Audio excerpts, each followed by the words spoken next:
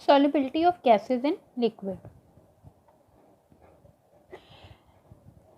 ਜਿਹੜੇ ਜ਼ਿਆਦਾਤਰ ਗੈਸਿਸ ਹੈਗੀਆਂ ਨੇ ਉਹ ਪਾਣੀ ਦੇ ਵਿੱਚ ਸੋਲਿਬਲ ਹੁੰਦੀਆਂ ਨੇ ਜਾਂ ਕੁਝ ਸੋਲਵੈਂਟਸ ਦੇ ਵਿੱਚ, ਜਿਵੇਂ ਇਥਾਈਲ ਅਲਕੋਹਲ, ਬੈਂਜ਼ੀਨ ਐਟਸੈਕਟਰਾ, ਇਹਨਾਂ 'ਚ ਸੋਲਿਬਲ ਹੁੰਦੇ ਨੇ।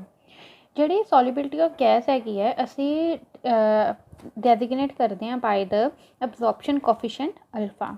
ਅਸੀਂ ਇਹਨੂੰ ਡਿਫਾਈਨ ਕਰ ਸਕਦੇ ਹਾਂ ਕਿ ਜਿਹੜੀ ਵੋਲੀਊਮ ਆਫ ਗੈਸ ਹੈਗੀ ਆ reduce to standard temperature and pressure which dissolves per unit volume of the solvent at the experimental temperature and under a pressure of 1/1। ਅਸੀਂ ਕੀ ਕਰਦੇ ਹਾਂ, ਜਿਹੜੀ ਗੈਸ ਦੀ ਜਿਹੜੀ ਵੋਲੀਊਮ ਹੈਗੀ ਆ ਉਹਨੂੰ ਘਟਾਉਂਦੇ ਹਾਂ ਕਿਤੇ ਵਿੱਚ ਸਟੈਂਡਰਡ ਟੈਂਪਰੇਚਰ ਅਤੇ ਪ੍ਰੈਸ਼ਰ ਦੇ। STP mean standard temperature and pressure.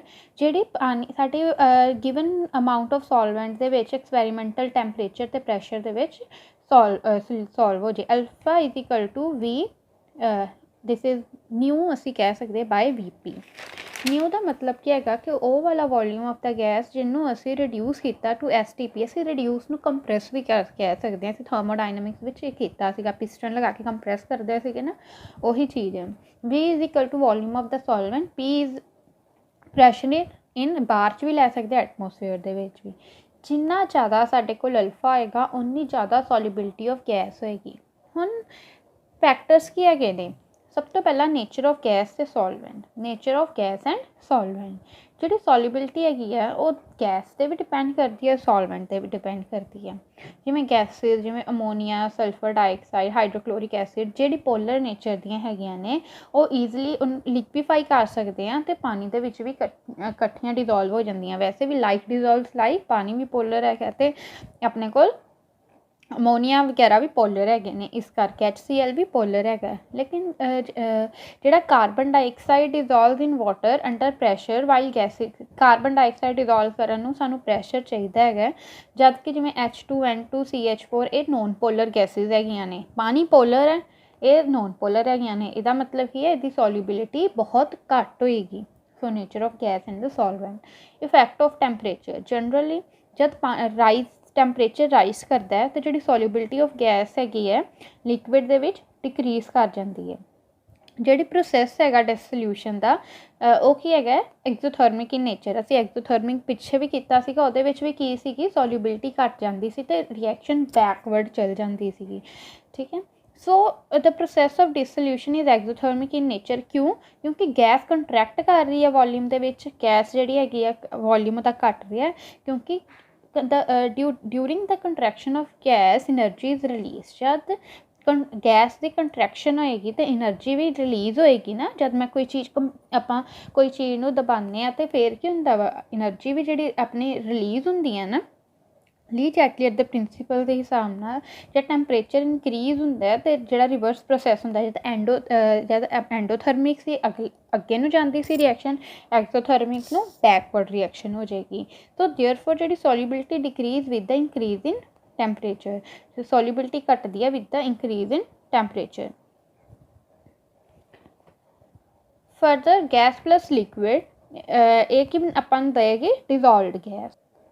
Further second reason ਇਹ ਹੈਗਾ ਕਿ ਜਦ ਅਸੀਂ ਕਿਸੇ ਚੀਜ਼ ਨੂੰ ਹੀਟ ਕਰਦੇ ਹਾਂ, ਜਦ ਅਸੀਂ ਹੀਟ ਕਰਾਂਗੇ ਤਾਂ ਕਾਈਨੈਟਿਕ ਐਨਰਜੀ ਗੈਸਿਸ ਵੀ ਬਹੁਤ ਜ਼ਿਆਦਾ ਇਨਕਰੀਜ਼ ਹੋ ਜਾਏਗੀ, ਕਿਉਂਕਿ ਵੈਸੇ ਵੀ ਫਰੀਲੀ ਮੂਵ ਕਰਦੀਆਂ ਨੇ। ਜਦ ਬਹੁਤ ਤੇਜ਼ ਮੂਵ ਕਰਨਗੀਆਂ ਉਹਨਾਂ ਦੀ ਬੌਂਡ ਬਣਾਉਣ ਦੀ ਕੈਪੈਸਿਟੀ ਘੱਟ ਜਾਏਗੀ। Further is the effect of pressure. Pressure ਦਾ solubility of gas in liquid is always increase with the rise in pressure. ਜਦ ਤੁਸੀਂ ਪ੍ਰੈਸ਼ਰ ਲਗਾਓਗੇ ਤਾਂ ਸੋਲਿਬਿਲਿਟੀ ਆਫ ਗੈਸ ਕੀ ਹੋ ਜਾਏਗੀ, ਉਹ ਹਮੇਸ਼ਾ ਇਨਕਰੀਜ਼ ਹੋਏਗੀ। ਜਿਵੇਂ ਕਿ ਮੇਰੇ ਕੋਲ ਸਪੋਜ਼ ਕਰੋ 2 ਬੀਕਰ ਹੈਗੇ ਨੇ, ਠੀਕ ਹੈ। ਇੱਕ ਦੇ ਵਿੱਚ ਨੀਚੇ ਲਿਕੁਇਡ ਪਿਆ ਹੋਇਆ ਅਤੇ ਗੈਸ ਫਰੀਲੀ ਮੂਵ ਕਰ ਰਹੀ ਹੈ। ਇੱਕ ਦੇ ਵਿੱਚ ਲਿਕੁਇਡ ਪਿਆ ਹੋਇਆ ਅਤੇ ਮੈਂ ਉੱਪਰ ਪਿਸਟਨ ਲਗਾ ਦਿੱਤਾ ਤਾਂ ਕੀ ਹੋਏਗਾ, ਗੈਸ ਕੰਪਰੈਸ ਹੋ ਜਾਏਗੀ, ਸਰਫੇਸ ਦੇ ਕੰਟੈਕਟ ਦੇ ਵਿੱਚ ਆ ਜਾਏਗੀ ਅਤੇ ਇਹਦੇ ਨਾਲ ਕੀ ਹੋਇਆ, ਪ੍ਰੈਸ਼ਰ ਲਗਾਉਣ ਦੇ ਨਾਲ ਆਪਣੀ ਸੋਲਿਬਿਲਿਟੀ ਇਨਕਰੀਜ਼ ਹੋ ਗਈ। Further Henry law, it's very important. Henry law ਦੇ ਹਿਸਾਬ ਨਾਲ ਜਿਹੜਾ ਗੈਸ ਦਾ ਮਾਸ ਹੁੰਦਾ, ਜਿਹੜਾ ਲਿਕੁਇਡ ਦੇ ਵਿੱਚ ਜਿਹੜਾ ਡਿਜ਼ੋਲਵ ਹੋਇਆ ਹੁੰਦਾ ਕੌਨਸਟੈਂਟ ਟੈਂਪਰੇਚਰ, ਕਿਹਦੇ ਉੱਤੇ ਡਿਪੈਂਡ ਹੁੰਦਾ, ਪ੍ਰੈਸ਼ਰ। ਸਾਨੂੰ ਪਤਾ ਹੀ ਆ ਮਾਸ ਕਿਹਦੇ ਉੱਤੇ ਡਿਪੈਂਡ ਹੈਗਾ, pressure. Mass is directly proportional to pressure. ਜਿੰਨਾ ਜ਼ਿਆਦਾ ਗੈਸ ਹੋਏਗੀ ਉਨਾ ਜ਼ਿਆਦਾ ਪ੍ਰੈਸ਼ਰ ਲੱਗੇਗਾ।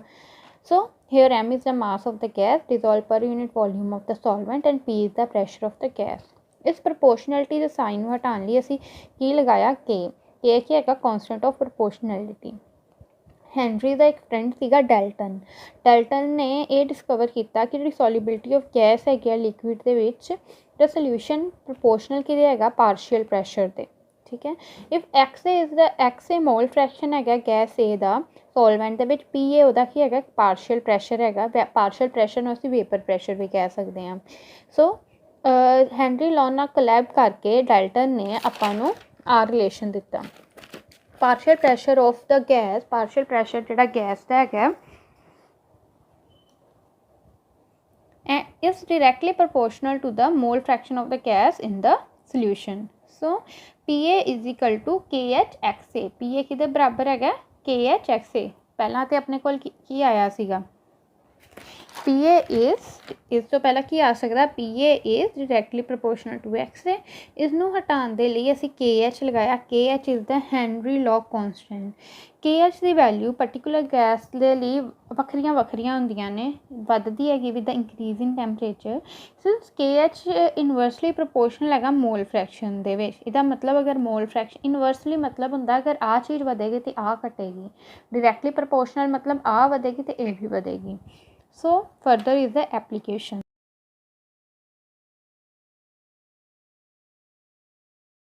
So now are the applications of the Henry law. Applications of Henry law means where it will be applied or what are its uses. So first is the in case of the soft drinks or the carbonated beverages। carbonated beverages मतलब ਜਿਹਦੇ ਵਿੱਚ carbon dioxide ਅਸੀਂ as a gas use ਕਰਦੇ ਹਾਂ, ਜਿਵੇਂ ਆਪਾਂ soft drinks use ਕਰਦੇ ਹਾਂ ਕੋਕਾ ਕੋਲਾ, ਪੈਪਸੀ, ਫੈਂਟਾ ਜਾਂ ਸੋਡਾ ਵਾਟਰ। ਹੁਣ ਇਹਦੇ ਵਿੱਚ ਕੀ ਹੁੰਦੀ ਆ ਕਿ ਜਿਹੜੀ ਕਾਰਬਨ ਡਾਈਆਕਸਾਈਡ ਗੈਸ ਹੈਗੀ ਆ ਉਹ ਅੰਡਰ ਹਾਈ ਪ੍ਰੈਸ਼ਰ ਉਹਦੇ ਵਿੱਚ ਪਾਈ ਜਾਂਦੀ ਹੈ। ਇਨਕਰੀਜ਼ ਇਨ ਪ੍ਰੈਸ਼ਰ, ਤੁਹਾਨੂੰ ਪਤਾ ਕਿ ਜਦ ਪ੍ਰੈਸ਼ਰ ਇਨਕਰੀਜ਼ ਹੁੰਦਾ ਹੈ ਤਾਂ ਜਿਹੜੀ ਸੋਲਿਬਿਲਿਟੀ ਆਫ ਗੈਸ ਇਨ ਲਿਕੁਇਡ ਵੀ ਕੀ ਹੋ ਜਾਂਦੀ ਹੈ, ਪ੍ਰੈਸ਼ਰ ਵਧਾਵਾਂਗੇ।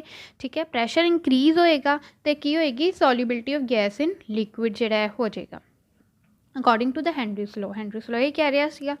ਨੈਕਸਟ ਇਜ਼ ਦ ਜਦ ਬੋਟਲ ਨੂੰ ਅਸੀਂ ਓਪਨ ਕਰਦੇ ਹਾਂ ਆਪਾਂ ਦੇਖਦੇ ਹਾਂ ਜਦ ਬੋਟਲ ਲੈ ਕੇ ਆਉਂਦੇ ਹਾਂ ਨਾ ਥੋੜ੍ਹੀ ਜਿਹੀ ਸਪੇਸ ਖਾਲੀ ਹੁੰਦੀ। ਕਿਉਂ ਖਾਲੀ ਹੁੰਦੀ ਕਿ ਅਗਰ ਐਕਸੈਸ ਆਫ ਕਾਰਬਨ ਡਾਈਆਕਸਾਈਡ ਉਨੀ ਸਪੇਸ ਦੇ ਵਿੱਚ ਆ ਜਾਏਗੀ ਅਤੇ ਫਿਰ ਜਦ ਉਹਨੂੰ ਓਪਨ ਕਰਦੇ ਹਾਂ ਜਿਹੜੀ access of carbon dioxide gas ਹੈਗੀ ਆ ਉਹ ਫਿਜ਼ ਸਾਊਂਡ ਨਾਲ ਬਾਹਰ ਆ ਜਾਂਦੀ ਹੈ। Next is the in deep C diving which is also known as the scuba diving. So when a deep sea divers, ਤੁਹਾਨੂੰ ਪਤਾ ਆਪਾਂ ਪਾਣੀ ਦੇ ਅੰਦਰ ਸਾਹ ਨਹੀਂ ਲੈ ਪਾਵਾਂਗੇ, ਸੋ ਉਹਦੇ ਲਈ ਵੀ ਸਿਲੰਡਰਸ ਯੂਜ਼ ਹੁੰਦੇ ਨੇ। ਪਹਿਲਾਂ ਜਿਹੜੇ ਸਿਲੰਡਰਸ ਯੂਜ਼ ਹੁੰਦੇ ਸੀ ਦੈਟ ਵਰ ਦ ਨਾਈਟ੍ਰੋਜਨ ਸਿਲੰਡਰਸ, ਲੇਕਿਨ ਉਹਦੇ ਵਿੱਚ ਪ੍ਰੋਬਲਮ ਇਹ ਸੀਗੀ ਕਿ ਜਿਹੜੇ ਡਾਈਵਰਸ ਜਦ ਸਰਫੇਸ ਦੇ ਉੱਤੇ ਆਉਂਦੇ ਸੀਗੇ ਅਤੇ ਉਹਨਾਂ ਦੇ ਬਲੱਡ ਦੇ ਵਿੱਚ ਬਲੱਡ ਵੈਸਲਸ ਦੇ ਵਿੱਚ ਬਬਲਸ ਬਣਨੇ ਸ਼ੁਰੂ ਹੋ ਜਾਂਦੇ ਸੀਗੇ, ਜਿਹੜੇ ਬਹੁਤ ਹੀ ਪੇਨਫੁਲ ਐਕਸਪੀਰੀਅੰਸ ਸੀ ਅਤੇ ਸਮਟਾਈਮਸ ਡੈਥ ਵੀ ਹੋ ਜਾਂਦੀ ਸੀਗੀ। ਅਤੇ ਹੁਣ ਹੀਲੀਅਮ ਸਿਲੰਡਰਸ ਆਉਂਦੇ ਨੇ, ਮਤਲਬ ਨਾਈਟ੍ਰੋਜਨ ਦੀ ਅਮਾਊਂਟ ਘਟਾ ਦਿੱਤੀ ਗਈ ਹੈ ਅਤੇ ਜਿਹੜੀ ਹੈਗੀ ਹੈ ਹੀਲੀਅਮ, ਉਹਦੇ ਜਗ੍ਹਾ ਹੀਲੀਅਮ ਥੋੜ੍ਹਾ ਜਿਹਾ ਰਿਪਲੇਸ ਕਰ ਦਿੱਤਾ ਗਿਆ। ਦੇਖੋ ਮੈਂ ਤੁਹਾਨੂੰ ਕੁਆਂਟਿਟੀ ਦੱਸੀਆਂ ਹੋਈਆਂ ਨੇ। ਸੋ ਜਿਹੜੀ ਹੀਲੀਅਮ ਹੈਗੀ ਸਾਡੇ ਬਲੱਡ ਦੇ ਵਿੱਚ ਘੁਲ ਨਹੀਂ ਪਾਏਗੀ, ਸਾਡੇ ਬਲੱਡ ਦੇ ਵਿੱਚ ਸੋਲਿਬਲ ਨਹੀਂ ਹੋ ਪਾਉਂਦੀ ਅਤੇ ਇਹਦੇ ਨਾਲ ਕੀ ਹੁੰਦਾ ਕਿ helium has less solubility in blood, so ਇੰਨਾ ਪੇਨਫੁਲ ਐਕਸਪੀਰੀਅੰਸ ਨਹੀਂ ਹੁੰਦਾ। Next is at high altitude. High altitudes ਮਤਲਬ ਜਿਹੜੇ ਉੱਚੀਆਂ ਪਹਾੜੀਆਂ ਹੁੰਦੀਆਂ due to lower partial pressure, ਜਿਵੇਂ ਜਿਵੇਂ ਉੱਪਰ ਜਾਂਦੇ ਆ ਨਾ ਤਾਂ ਪ੍ਰੈਸ਼ਰ ਕੀ ਹੋ ਜਾਂਦਾ, ਪ੍ਰੈਸ਼ਰ ਜਿਹੜਾ ਘਟਣਾ ਸ਼ੁਰੂ ਹੋ ਜਾਂਦਾ ਐਟ ਹਾਇਰ ਐਲਟੀਟਿਊਡ। ਸੋ ਉੱਥੇ ਕੀ ਹੈਗੀ ਆਕਸੀਜਨ ਦੀ ਜਿਹੜੀ ਕੰਸਨਟ੍ਰੇਸ਼ਨ ਵੀ ਹੈਗੀ ਉਹ ਘੱਟ ਹੈਗੀ ਹੈ। ਉੱਥੋਂ ਦੇ ਜਿਹੜੇ ਲੋਕ ਹੈਗੇ ਨੇ ਉਹਨਾਂ ਦੇ ਬਲੱਡ ਦੇ ਟਿਸ਼ੂਜ਼ ਦੇ ਵਿੱਚ ਕੀ ਹੁੰਦੀ ਹੈ ਆਕਸੀਜਨ ਦੀ ਮਾਤਰਾ ਘੱਟ ਹੁੰਦੀ ਹੈ।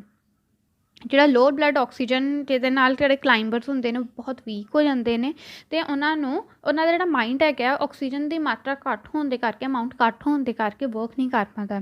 ਦੈਟ ਇਜ਼ ਨੋਨ ਐਜ਼ ਦ ਅਨੋਕਸੀਆ। ਸੋ ਇਸ ਕਰਕੇ ਜਿਹੜੇ ਕਲਾਈਂਬਰਸ ਹੈਗੇ ਨੇ ਉਹ ਆਪਣੇ ਨਾਲ ਆਕਸੀਜਨ ਸਿਲੰਡਰ ਕੈਰੀ ਕਰਦੇ ਨੇ।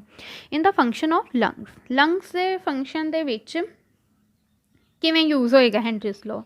ਜਦ ਸਾਡੀ ਬੋਡੀ ਦੇ ਵਿੱਚ ਏਅਰ ਐਂਟਰ ਹੁੰਦੀ ਹੈ ਜਿਹੜਾ ਪਾਰਸ਼ੀਅਲ ਪ੍ਰੈਸ਼ਰ ਹੁੰਦਾ ਆਕਸੀਜਨ ਦਾ ਉਹ ਜ਼ਿਆਦਾ ਹੁੰਦਾ, ਹਾਈ ਹੁੰਦਾ, ਜਿਹਦੇ ਨਾਲ ਸਾਨੂੰ ਪਤਾ ਸਾਡਾ ਬਲੱਡ ਕੀ ਹੈਗਾ in the liquid state, oxygen gas pressure ਜ਼ਿਆਦਾ ਹੈਗਾ ਅਤੇ ਉਹ ਸਾਡੇ ਬਲੱਡ ਦੇ ਨਾਲ ਬਲੱਡ ਦੇ ਵਿੱਚ ਕੀ ਹੁੰਦਾ ਹੈਮੋਗਲੋਬਿਨ ਨਾਲ ਕੰਬਾਈਨ ਹੋ ਕੇ ਕੀ ਬਣਾ ਦਿੰਦਾ ਆਕਸੀ ਹੈਮੋਗਲੋਬਿਨ।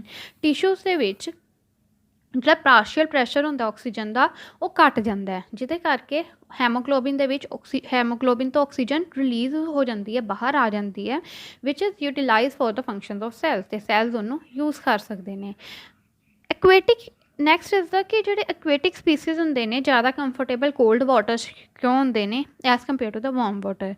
ਅਸੀਂ ਟੈਂਪਰੇਚਰ ਦੀ ਸਟੱਡੀ ਕੀਤੀ ਸੀ, ਅਸੀਂ ਕਿਹਾ ਸੀਗਾ ਕਿ ਜਿਵੇਂ ਜਿਵੇਂ ਟੈਂਪਰੇਚਰ ਇੰਕਰੀਜ਼ ਹੁੰਦਾ ਹੈ ਅਤੇ ਜਿਹੜਾ ਪਾਰਸ਼ੀਅਲ ਪ੍ਰੈਸ਼ਰ ਹੁੰਦਾ ਉਹ ਕੀ ਹੋ ਜਾਂਦਾ, ਘਟਦਾ ਰਹਿੰਦਾ ਹੈ। ਹੁਣ ਤੁਸੀਂ ਵੇਖੋ ਕੋਲਡ ਵਾਟਰ ਦਾ ਟੈਂਪਰੇਚਰ ਘੱਟ ਹੈਗਾ ਨਾ, ਤਾਂ ਕੀ ਹੋਏਗਾ, ਉਹਦੇ ਵਿੱਚ ਜਿਹੜੀ ਆਕਸੀਜਨ ਹੈਗੀ ਉਹ ਵਧੀਆ ਸੋਲਿਊਬਲ ਹੋਏਗੀ, solubility of the oxygen will be more in the cold water. Warm water ਦੇ ਵਿੱਚ ਟੈਂਪਰੇਚਰ ਰਾਈਜ਼ ਹੋ ਗਿਆ, ਪ੍ਰੈਸ਼ਰ ਘੱਟ ਜਾਏਗਾ ਅਤੇ ਸੋਲਿਊਬਲ ਨਹੀਂ ਹੋਏਗੀ ਆਕਸੀਜਨ। ਅਤੇ ਸਾਨੂੰ ਪਤਾ ਕਿ ਹਰ ਇੱਕ ਲਿਵਿੰਗ ਔਰਗੈਨਿਜ਼ਮ ਨੂੰ ਆਕਸੀਜਨ ਚਾਹੀਦੀ ਹੈ, ਅਤੇ ਕੀ ਹੋਏਗਾ, ਇਸ ਕਰਕੇ ਕੋਲਡ ਵਾਟਰ ਦੇ ਵਿੱਚ ਜਿਹੜੀ ਐਕੁਏਟਿਕ ਸਪੀਸੀਜ਼ ਹੈਗੀਆਂ ਨੇ, ਪਾਣੀ 'ਚ ਰਹਿਣ ਵਾਲੀ ਸਪੀਸੀਜ਼ ਹੈਗੀਆਂ ਨੇ, ਉਹ ਜ਼ਿਆਦਾ ਕੰਫਰਟੇਬਲ ਹੁੰਦੀਆਂ ਨੇ। Next is the limitations of the Henry law. ਜਿਹੜਾ ਲਾਅ ਹੈਗਾ ਉਹ ਸਿਰਫ ਆਈਡੀਅਲ ਕੰਡੀਸ਼ਨਸ ਦੇ ਵਿੱਚ ਹੀ ਐਪਲੀਕੇਬਲ ਹੋ ਸਕਦਾ। ਜਿਹੜਾ pressure of the gas should not be too high, ਇਹਦਾ ਜੇ ਮੈਂ ਪ੍ਰੈਸ਼ਰ ਆਫ ਦ ਗੈਸ ਕਹਿ ਰਹੀ ਹਾਂ ਹਾਈ ਹੋਣਾ ਚਾਹੀਦਾ, ਅਤੇ ਉਹ ਇੰਨਾ ਜ਼ਿਆਦਾ ਵੀ ਨਹੀਂ ਹਾਈ ਹੋਣਾ ਚਾਹੀਦਾ, ਟੈਂਪਰੇਚਰ ਜ਼ਿਆਦਾ ਲੋ ਨਹੀਂ ਹੋਣਾ ਚਾਹੀਦਾ। ਜਿਹੜੀ ਗੈਸ ਹੈਗੀ ਆ ਸੋਲਵੈਂਟ ਦੇ ਵਿੱਚ ਨਾ ਟੁੱਟਣੀ ਚਾਹੀਦੀ ਹੈ ਅਤੇ ਨਾ ਹੀ ਕੰਬਾਈਨ ਹੋਣੀ ਚਾਹੀਦੀ ਹੈ, ਨਾ ਡਿਸੋਸੀਏਸ਼ਨ ਹੋਣੀ ਚਾਹੀਦੀ, ਨਾ ਹੀ ਐਸੋਸੀਏਸ਼ਨ ਹੋਣੀ ਚਾਹੀਦੀ ਹੈ। The gas does not give any chemical combination in the solvent, ਮਤਲਬ ਸੋਲਵੈਂਟ ਦੇ ਵਿੱਚ ਕੋਈ ਵੀ ਕੈਮੀਕਲ ਰਿਐਕਸ਼ਨ ਨਹੀਂ ਹੋਣੀ ਚਾਹੀਦੀ। ਸੋ ਆਪਣਾ ਜਿਹੜਾ ਇੱਥੋਂ ਖਤਮ ਹੋ ਗਿਆ ਸੋਲਿਊਬਿਲਿਟੀ ਆਫ ਗੈਸਿਜ਼ ਇਨ ਲਿਕੁਇਡ ਟੌਪਿਕ।